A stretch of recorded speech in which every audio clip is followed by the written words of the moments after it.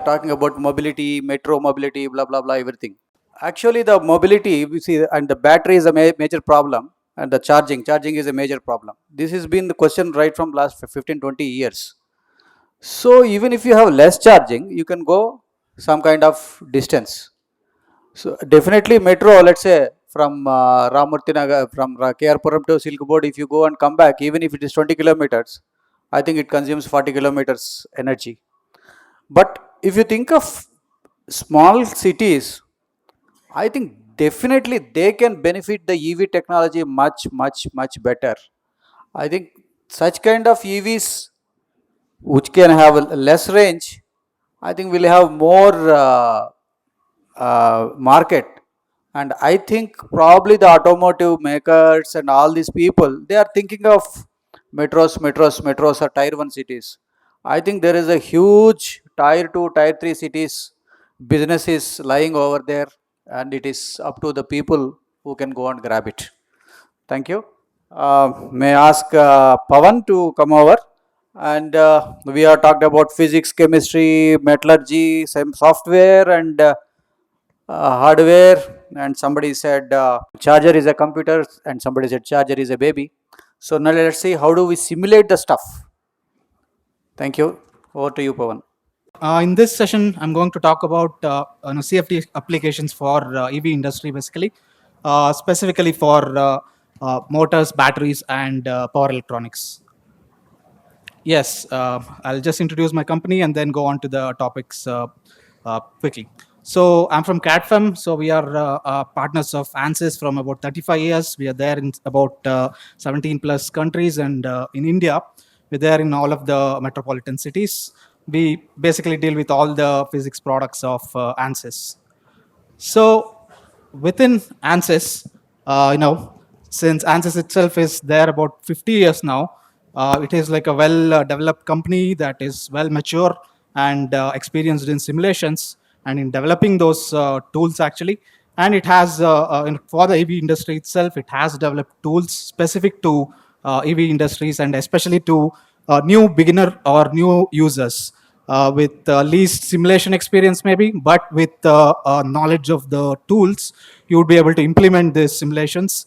And in the main areas that where these softwares are available, or in power electronics or electrical machine gearboxes and battery and propulsion systems. So in all of this, across the physics like electrical, thermal, structural, software, and electromagnetics, you have tools that aid in the development process, and as well as in any sort of a stage of your product development, you will be able to implement these tools actually. So I'll specifically speak on the battery management systems or the batteries itself, and then go on to the motors and power electronics. So when it comes to batteries or battery development, there are tools right from the cell level or the most fundamental level of battery to the system level simulations, which span across electrical simulations, thermal simulations, or fluid related simulations, as well as mechanical structural related simulations. And also there are specific tools like Twin Builder, which is a ROM based simulation tool, as well as CADE and Medini, which are applicable in functional safety as well as embedded softwares. So since ANSYS has this wide range of simulation tools, there is always an option to connect two softwares together, do combine physics like, for example, maybe electrical and thermal, and get a comprehensive and overall view of a system. When it comes to CFD, what we have is different levels of simulations, combining different physics within the CFD platform. As I said, the most basic level of simulation for a battery would be in electrochemistry level, where you would take up a cell, take the microstructures of the cell, and then apply some potential models relevant to them, and then study the behaviors or the influence of any parameters on its performance as it is discharging or charging scenarios.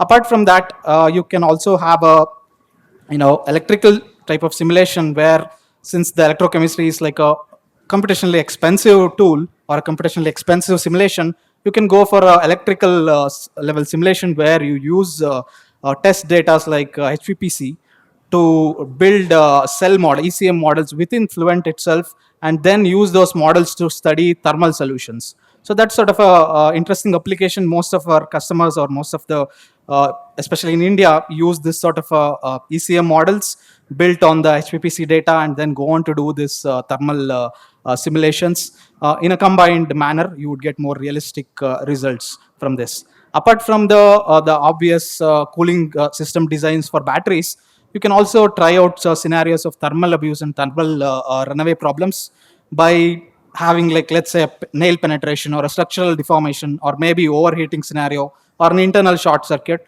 You can apply that directly in the Fluent platform, and then you would be able to get the results of temperatures, or any other the safety related studies when it comes to temperature related studies. So those advanced models are also available. Individually, they can be done within the CFD softwares, or combine them with reduced order model systems, which give you very quick results actually. So this is a case study where the Volkswagen motorsporting team had competed in a competition called Pikes Peak International Hill Climb, which happens in Colorado, USA every year. So basically, it's a there is a hill, and you have to drive your car as fast as you could. The elevation is going up and up, and you have to do it as fast as you can. So usually people had a idea that electric vehicles wouldn't be that fast, such notions, but this sort of prove them wrong. The Volkswagen tried this electric vehicle, developed a vehicle, and then did that racing, and did the world record by going about 20 kilometers within 8 minutes from 1 kilometer altitude to 4 kilometers of altitude. So in that system, they use this ECM based electric model with the CFD software to do the temperature studies, and then conduct build reduced order models based on them, and which give you like quick real time results. And they were able to develop a reasonably good cooling system, which helped them win the race, or put up a good performance basically. And when it comes to electric machines, we talk about the motors mainly. And for motors within ANSYS, you have specific tools with templates built in for both 2D and 3D at the design level softwares itself, called as MotorCAD or Maxwell, which are Maxwell being advanced magnetics model.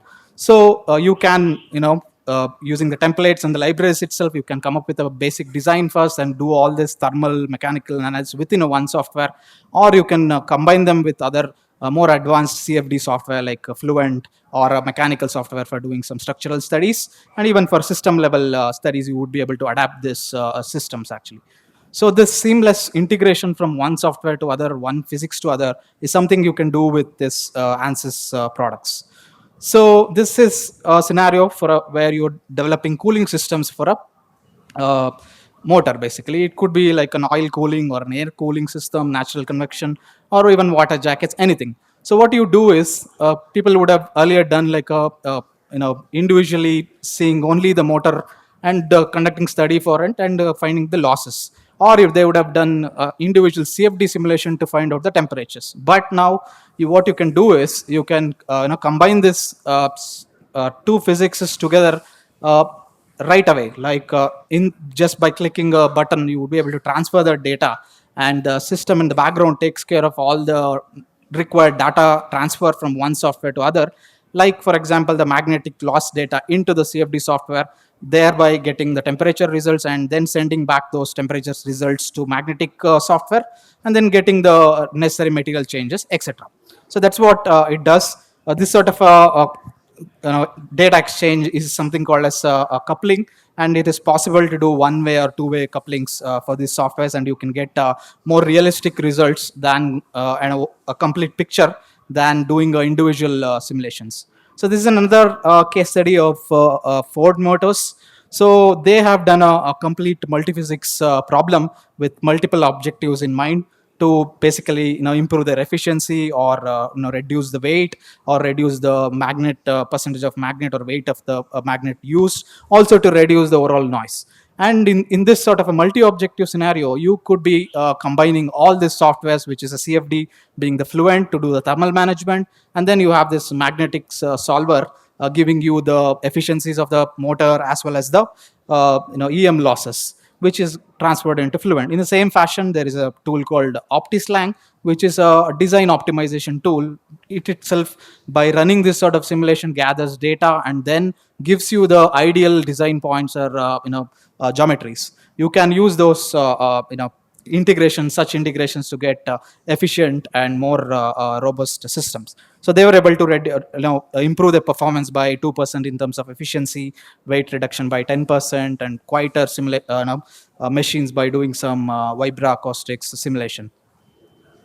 And when it comes to power electronics, thermal management, even for the development of a power electronics tools, right from the design stages, you have tools across the board, and you would be able to do a comprehensive study on them as part of a system or as individual parts. So in this, mainly people do this component and packaging level studies, which will be more applicable in when it comes to CFD. Yes, basically what we do in CFD is to find out this temperature profiles for any PCB or electronic component.